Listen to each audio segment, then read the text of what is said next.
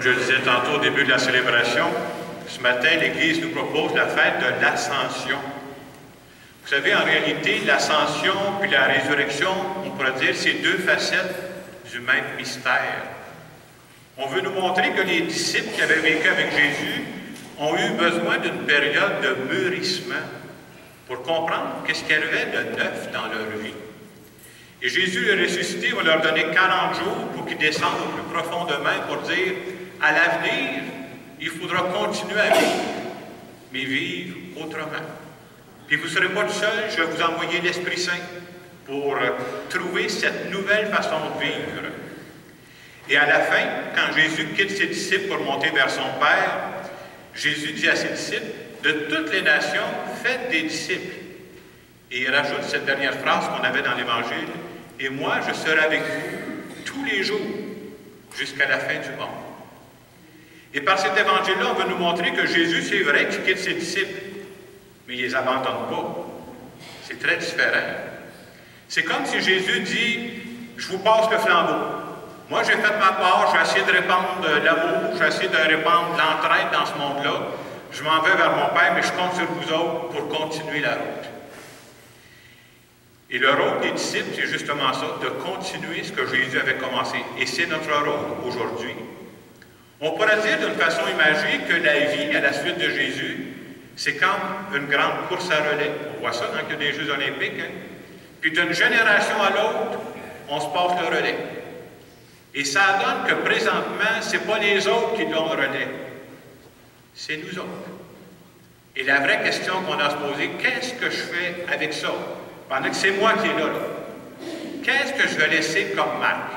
Et comme chrétien, comme chrétienne, j'ai à continuer la vie de Jésus, mais moi tout seul, là, je ne les ai pas tous les aspects de la vie de Jésus. Il y a un aspect ou l'autre que je peux développer, puis l'autre personne à côté va développer un autre aspect. C'est à plusieurs qu'on va être capable de faire ça. Et c'est bon de se dire, on l'oublie parfois, on est en train de marquer du monde. Et quand je dis qu'on est en train de marquer du monde, la plupart du temps, on ne marque pas le monde par nos paroles. On est en train de marquer du monde par notre façon de vivre, par notre façon d'affronter la vie. Et la plupart du temps, si vous pensez même aux personnes qui vous ont marqué, on ne leur dit pas, mais ils nous marquent pareil. Je vous donne un exemple. Il y a quelques années, j'ai fait les funérailles d'une dame qui est décédée dans la cinquantaine. Je vais l'appeler José, d'un nom fictif. Et j'ai vu que José avait marqué son monde. Et on peut marquer notre monde de différentes façons. Elle l'a marqué à sa façon, un autre va le marquer d'une autre façon. Je dirais que José était un peu comme Jésus, c'est une rassembleuse. C'est-à-dire, elle avait le don, c'est une femme sociale qui aimait rencontrer le monde, elle avait le don de rassembler sa famille, rassembler ses amis, puis même au travail, rassembler le monde qu'il y avait là. Alors, quand il y avait des fêtes de famille, c'était José qui appelait son monde, pour être sûr qu'on n'oublie pas de célébrer l'anniversaire. Au travail, elle faisait partie d'une grande compagnie, puis on a ce qu'on appelle dans les compagnies un club social. Elle faisait partie du club social. Puis elle organisait ça. C'est quand même un beau talent, quelqu'un qui dit, moi, j'ai le talent d'unir le monde. Puis à cause de ce talent-là, que d'autres n'ont pas, là, elle a marqué son monde. Elle a aussi marqué son monde d'une autre façon. Je dirais que cette femme-là, elle est décédée à l'âge de 58 ans.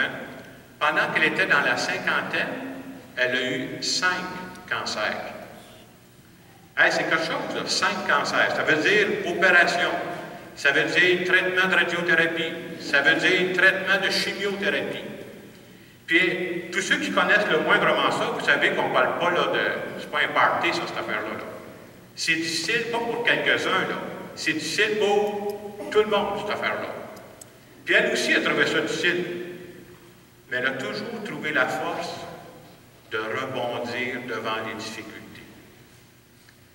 Et vous savez probablement que les gens qui l'ont connue de proche, là, je pense à ses enfants, je pense à ses amis, probablement qu'ils ne vivront jamais ça, eux autres. En tout cas, on peut souhaiter ça, qu'ils ne vivront jamais ça, 5 cancers. Mais c'est sûr, ces gens-là vont rencontrer une difficulté un jour ou l'autre. Ils pourront toujours dire, j'ai vu une personne, moi, qui qui a choisi de rebondir même devant les difficultés. Et c'est bon de rencontrer des personnes comme ça parce que ça nous marque. Vous en avez peut-être connu des gens qui se sont débattus avec la vie. Ça vient nous marquer. Et je crois que Dieu passe par ces personnes-là pour nous rappeler qu'on a en nous une force insoupçonnée. Puis tant que je ne l'ai pas, là, je ne sais pas, tant que je n'ai pas à faire face à ça. Mais je fais confiance que Dieu me donne la force dont j'ai besoin à chacune des étapes de ma vie. Donc, je le disais tantôt, on pourrait comparer la vie à une grande course à relais où on se passe le témoin d'une génération à l'autre. Justement, je n'ai amené un témoin ce matin. Et on célèbre la fête de l'ascension de Jésus, Jésus qui s'élève au ciel et dit « c'est à votre tour ». Et nous autres, ce témoin-là, présentement, en 2014, ce n'est pas les autres. Il y a 100 ans, on ne l'avait pas. Je ne veux pas vous faire peur, mais dans 100 ans, vous ne l'aurez pas. Présentement, on l'a. C'est toute une responsabilité. Hein? Qu'est-ce que je vais laisser? À qui je vais passer ça, moi, cette affaire-là? Puis quelle sera ma façon de le transmettre? C'est quelle valeur? Comment je veux marquer mon monde? Et ça, c'est pas pareil d'une personne à l'autre, là. Dieu respecte ma personnalité, là.